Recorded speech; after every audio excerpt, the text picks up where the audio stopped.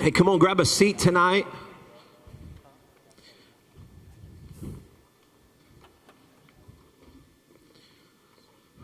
What's up, South Carolina? You're not excited to be from South Carolina, I take it. South Carolina, the Big Apple, that's what I like to call it. The Big Apple. We're glad y'all are here. Come hang with us at Chick-fil-A afterwards. How many of y'all are hungry? Where's my Polynesian fans at in the house? Polynesian? Okay, where are my Chick-fil-A sauce people? Where are my people that let's mix a little ranch and a little buffalo sauce together and let's make magic happen? How many of you are just ketchup people? Ketchup and mayonnaise people? Barbecue. Barbecue. Did I cover it all? Honey roasted barbecue. Just felt the glory in that moment. Just mayonnaise. That's called heart attack. That's what takes place in that moment. Hey man, I feel like I haven't seen you in forever. I'm excited to preach tonight. I hope you're excited to listen tonight. How many of you are ready to receive the Lord? Actually receive what the Lord has for you? That's great. That's awesome. Hey, I've entitled my message tonight, Life Upgrade. Everyone say upgrade. Let me upgrade you. Anybody know who sings that song? You let me know how the lake of fire is, because that's what you're listening to. I'm just kidding. I'm just kidding. So anybody ever needed to upgrade your shoes before? Your shoe game has been on the struggle bus for a little bit, and you're like, I need to upgrade my shoes. Has that ever happened? Anybody wearing shoes right now that you need to currently upgrade? Okay, has anybody recently upgraded your shoes? You rocking some fresh kicks? On the verge? Okay. Anybody got some new shoes on right now? Let me see. Katie, you got some new kicks on? Oh, those are fresh. Can't afford those. Anybody? Okay. Hey, so here's the crazy part. There's nothing like some new shoes. Ask me why there's nothing like some new shoes. Because you want to walk on air when you have new shoes. How many of you are the people that you get a speck of dirt, you're like, you do that? Weirdos. They make shoe cleaner for that. But you're like, if it's in the moment, I don't know. I saw a commercial the other day for these things that they're like these little bags that you put on your feet and you zip up. And it helps in the rain, or it helps if you're just randomly walking through mud puddles with brand new shoes. I don't know why, but I saw that. But there's nothing like getting an upgrade from shoes. Okay, how many of you you remember cassette tapes? Probably just my leaders in the room. Okay, how many of you remember CDs? CDs. Okay, how many of you remember flip phones? I'll tell you, there's nothing greater than upgrading that iPhone. There's nothing greater than getting an upgrade. Okay, where are my Droid people at in the room?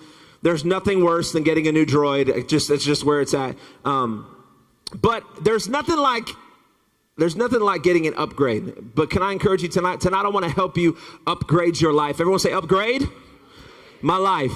Hey, we got some slides. They're just on that left section. You can throw them up there real quick. There's a little, hopefully eventually they get up there and it'll be fabulous. There's a little tagline that I have, that I have for tonight. It's disappeared. But it's just this, it says this: when living in your past gets old. How many of you ever been haunted by your past before? You're like, can you open the altars already? That would be great. It's just in the little sidebar, gentlemen, by the songs. They're in there, it'd be fabulous. I've realized this. A lot of people have a problem getting past their past. Agree or disagree?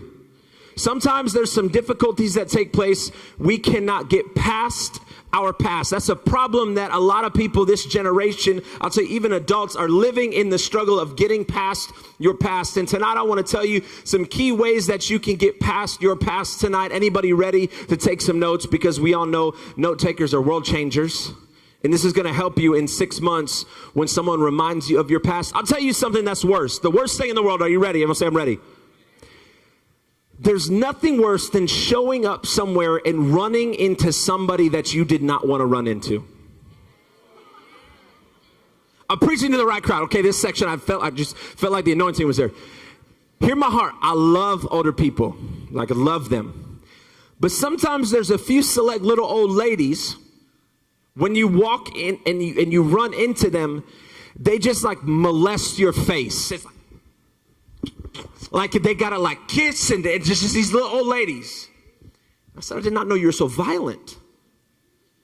But there's been a couple times in my life where I've ran into people and they say this, I remember when you were just a wee little chubby boy. I said, not much has changed, baby. You know, just a wee little boy. And I was like, oh, that's great. I ran into one of my old teachers one time. I wasn't the best student.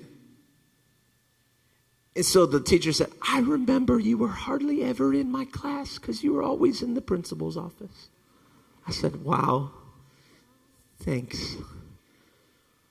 But have you ever been reminded of the person that you used to be? You know what I'm talking about? The person that you used to be is not who you are now. There's nothing worse than running into people that way. It's a nightmare. And so I want to talk to you about your past. Everyone say my past. Here's the thing we all have in common. We all have a past. Agree or disagree? We got one. Some of you, you're proud of it. Some of you are ashamed of it. Some of you don't want the world to know anything that took place in your life. But sometimes there's nothing worse than running into somebody you haven't seen in a while because they bring up the person that you used to be. 3 things tonight. I'm going to preach quick because the Lord's not complicated tonight and he wants to speak to you. And because my tummy is rumbling for a spicy chicken sandwich with pepper jack cheese. Sorry, just preaching and prophesying. Hey, here's the thing. The quickest way for people to get past your past is for you to stop living in your past. The quickest way for people to stop bringing up the person that you used to be is no longer being the person that you used to be. See, sometimes we think we're not that person that we used to be, but we're still living in the same sin that we used to live in. And that's not the life that God has called you to live. Some of you went to camp and you gave it all to God and he touched your life and he healed you and transformed all these different things. And no sooner than you get back are you back in the same junk, living in the person and living the same life that you used to be. See, when God comes into your life, you are forever changed and transformed. But it's our choice to run back to the old us. It's the decision that we make to run back to the old us. So how do we get over our past? Number 1, everyone say number 1, accept it. Accept your past. Simple as that. What does it mean to truly accept your past? 3 things. If you're taking notes, write this down. Understand that you cannot change it. You cannot change it. Have you ever made a mistake and said, oh, I wish I could go back? Have you ever said something and you didn't even think and you're like, can we just rewind 30 seconds in life because now I've put my foot in my mouth and I know 2 things are going to happen. 1, my mom's going to beat me. 2, I just lost every privilege in the whole world. How many of you ever gotten your car taken away because of something that you said? That's the struggle bus. That's difficult. First thing you got to do, accept your past. What does it mean? Understand you cannot change it. Number 2, if you're taking notes, number 2, you need to learn from it. Everyone say learn. Have you ever made the same mistake over and over and over and over and over and over and over again? Here's the thing, and I've been in youth ministry a long time, and the same things students struggled with 10 years ago is the same thing you're struggling with today. But this is what I realized. It's a choice that we make to still struggle with the same things. Some of you have been struggling with the same thing for 3 years. Why? Because you keep going back to the very thing that was comfortable to you, the very thing that you used to know. You got to learn from your mistake. How many of you, you've gotten your license in the last year? Okay, I remember when I was 15 years old. My Lord, that was 15 years ago. I was 15 years old, and my dad took me out. He said, son, it's time to be a man. I said, Dad, I'm only 15. You know, like that's how I was like, well, be a man. What do you want me to do? Live on my own? Build a house? He said, I'm going to teach you to drive. I said, that's great. I said, Dad, I can't be caught dead in mom's minivan. He said, you're not driving mom's minivan. He said, you're going to drive my car. I said, Dad, your car is a stick. I cannot drive a stick. I said, I've never even driven a car before, let alone now you want me to drive a car. There's 3 pedals down there. I don't even know what the far one, the left one does, and this little thing in the middle, I don't even know how to do it. He said, you're going to learn. He said, men learn to drive stick. I said, I'm not a man. So I remember he took me to this parking lot. He said, you can't ruin anything in a parking lot. I said, I beg to differ. I said, don't give me the opportunity. And so he said, you're going to learn. And how many of you know how to drive stick? How many of you don't know how to drive stick? How many of you have ever tried and failed driving stick? Okay, so this is what you got to do. In order to go, you got a clutch there. In the clutch, you got to let off the clutch, push the gas, and then shift into different gears. Some of you are like, what is happening? It's part of life. You're like, better gas mileage. It's like a half a mile a gallon. Who cares? But I remember driving. I remember just boom, boom, Stalling, restarting, doom, stalling, restarting. I said, Dad, I'm done. And so if me and my dad are wired a lot the same, and my wife can vouch for this, like if we're ever moving or doing stuff, I want to do it my way, he wants to do it his way, and we end up just fighting. And Carla's like, stop fighting. I'm like, we're not even fighting. We're just having a conversation. She's like, you're arguing. I'm like, it's just father, son. So in this moment, my dad's going, you need to do this. I'm like, Dad, I can't. We're like fighting in this car. And finally, I just got out the car. I said, I'm done. So we drove back home, and I went in my room, and I said, slammed the door, and I was so mad, and I was so angry. What happened the next day? Son, let's go. We're going to learn to drive. I said, Dad, I don't want to do it anymore. He said, Mark, it's simple. You just need to learn from the mistakes that you made. He goes, you kept making the same mistake over and over and over and over again. You never tried to do it the right way. You never tried to do it different. He said, listen to what I'm telling you, and I promise you will be able to do it. I believe God is telling you tonight, listen to what I'm telling you, and you'll be able to handle sin. You'll be able to handle temptation. You'll be able to handle the pressures of this world. The problem is we just try to do things on our own. Or we're so used to living in the person that we used to be. We're so used to living in our past. And God's saying, just listen to what I'm telling you. How do you know what God's telling you? Open up the Bible and begin to read his word. Learn from your past. Number 3, use it to strengthen you. How does that strengthen you? How does your past strengthen you? I could tell you this. I've come in contact with a couple people over the last few days that the person that I used to be, things that I used to struggle with, these people were struggling with, and God used my past to use the person that I used to be to now help somebody else. I was using the mistakes that I had made in the past to now strengthen and invest in somebody who is struggling with the very thing that I used to struggle with. You got to understand, you can't change your past, but you can use it to strengthen you and begin to strengthen the people around you and help and guide them through the mountaintops and the valleys of life. Some of the things that you've gone through, some of the things that you're currently going through in your life, some things that you've never wished upon yourself, and it just so happens God will use that for your good. God will use that for you to minister to somebody else, but it's your choice to use it to strengthen you. Number 2, everyone say number 2. Accept your past, number 1. Number 2, understand your past. It was up there early, wasn't it? Understand your past. Understand your present, sorry. How to get past your past, understand your present. Everyone say present. Everyone say right now. Can I tell you this? How many of you are better than you were a year ago? Okay? Can I tell you this? God's never called you to go back to the person that you used to be. God has brought you out of something into this new life, into this new relationship with him and with other people. How many of you are thankful for the people that God has surrounded you with, the people that you have that build you up rather than tear you down? How do I know that God doesn't want you to go back to the person that you used to be and wants you to understand your present? It's simple. In Genesis 19, in verse 26, it's when Lot and his wife, they were fleeing Sodom and Gomorrah. And God brought them out. God sent 2 angels per se into this, and they warned Lot and said, hey, we're going to destroy this wicked city. The most wicked place ever. He said, but we want to save you and your family. Get your daughters, get them out. Because I'm going to lead you into a new place. How many of you know what happened? They get out from Sodom and Gomorrah, and Lot's wife looks back, and what happens? It's turned into a pillar of salt. Because she couldn't understand her present. She could not understand that God was moving her into a new direction. She was too consumed with the place that she used to be. Can I tell you this? The place in which you used to be, the person that you used to be, is you can be better today than you were then. Understand your present. Use it to your advantage. It's only going to help you. It's not going to hurt you. You'll never be able to move forward until you start looking inward. Everyone say forward, inward. You can never start looking forward until you start looking inward. What does that mean? Ask me, what does that mean? I don't know. What's it mean to you? What's it mean to look inward? Some of the choices that you've made have shaped your present circumstance, but it does not have to control your circumstance. Some of the decisions and the mistakes that you have made has shaped the circumstance that you are currently in right now.